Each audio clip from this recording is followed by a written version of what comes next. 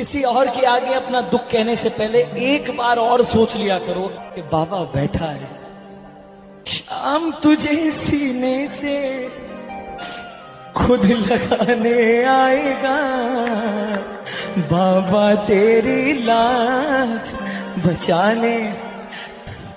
सच्चाई ये है कि जब ये आपको 10वीं की रात या 11 की सुबह अपने घर से रवाना करता है खाटू के लिए, आपकी फाइल उसी वक्त इसके सामने होती है, मेरा बेटा आ रहा है।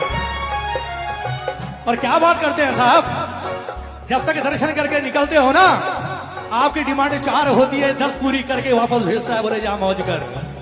ये भीड़ ऐसे थोड़ी है प्रेमियों की, मिला है तो आते हैं और मिला है तो गाते हैं कि जिसकी खाएंगे उसकी बचाए।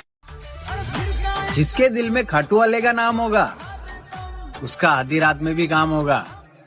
जय श्री श्याम। श्याम नाम में है दम, सिर पे सावरिया का हाथ है तो नो प्रॉब्लम। वक्त बुरा है पर साथ तेरा है, और ये वक्त भी गुजर जाएगा बाबा, ये विश्वास मेरा है। तेरा दर तो हकीकत में।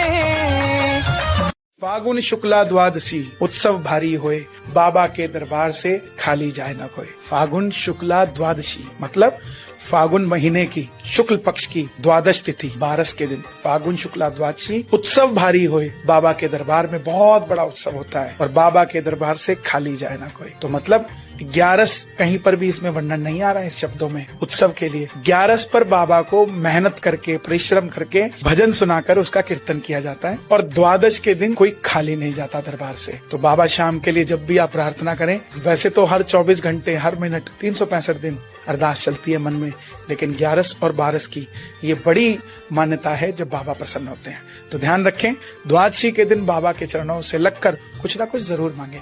जय श्री श्याम। इतनी परीक्षा भी ठीक नहीं है, मैं सब कुछ हार के आया हूं और मैंने सुना है दुनिया में एक ही दरवाजा है जहां लिखा है हारे का सहारा।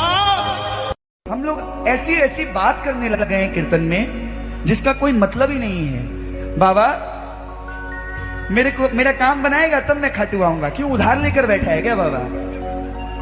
किसका उधार लिया है बताओ? कौन है यहाँ पर जो बोल सकता है कि बाबा ने उधार लिया है? अरे बाबा का प्रेमी होता है जो खाटू जाकर निशान चढ़ा दे, उसके बाद हाथ जोड़कर बोले बाबा मेरी क्या औकात जो मैं तुझसे सौदेबाजी करूं, अगर तू मुझे इस लायक समझे तो मेरा काम बना दे। यूथ आइकन, यूथ को जगा रहे हैं। आजकल के यूथ ना वो इतना प्रॉपर भजन नहीं समझते हैं, इसलिए हम थोड़ा सा मसाला मिला के उनको भगवान का रसपान करा रहे हैं।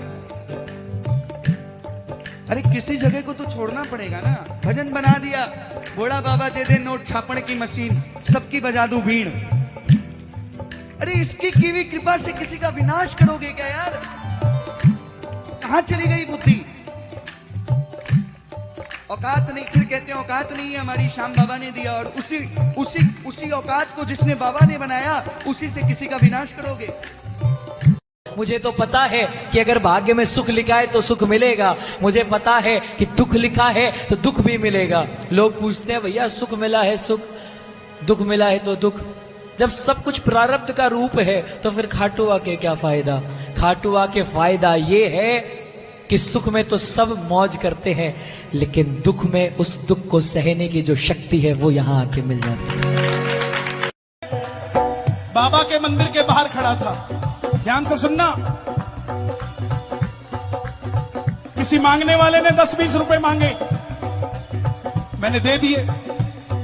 4 साल बाद फिर खाटू गया, फिर वही 10-20 रुपए मांग रहा था। मैंने बाबा से कहा कि बाबा मैं साल में एक बार आता हूं, मुझ पे इतनी कृपा की हुई है, ये मंदिर के बाहर ही मांगता रहता, इसका बेड़ा पार क्यों नहीं होता? तो बाबा ने पता क्या जवाब दिया? कन्हैया फर्क सिर्फ इतना सा है, तुझे मंदिर के अंदर भरोसा है, इसे मंदिर के बाहर भरोसा है। जिस दिन मंदिर के अंदर भरोसा हो जाएगा उस दिन बात बन जाएगी। लुटाना चाहता हूँ मैं प्यार सावरे, लुटाना चाहता हूँ। ये शीशी कांच की है ना, मैं अगर ऐसे फेंक के मारूं ये जमीन पर टूटेगी, और कांच, और उस पे अगर आप चलेंगे तो चोट लगेगी कि नहीं लगेगी? तो खाटू जाओ, बाबा स्वीकार करना, अपने घर तेरी महक लेकर जा रहा हूं।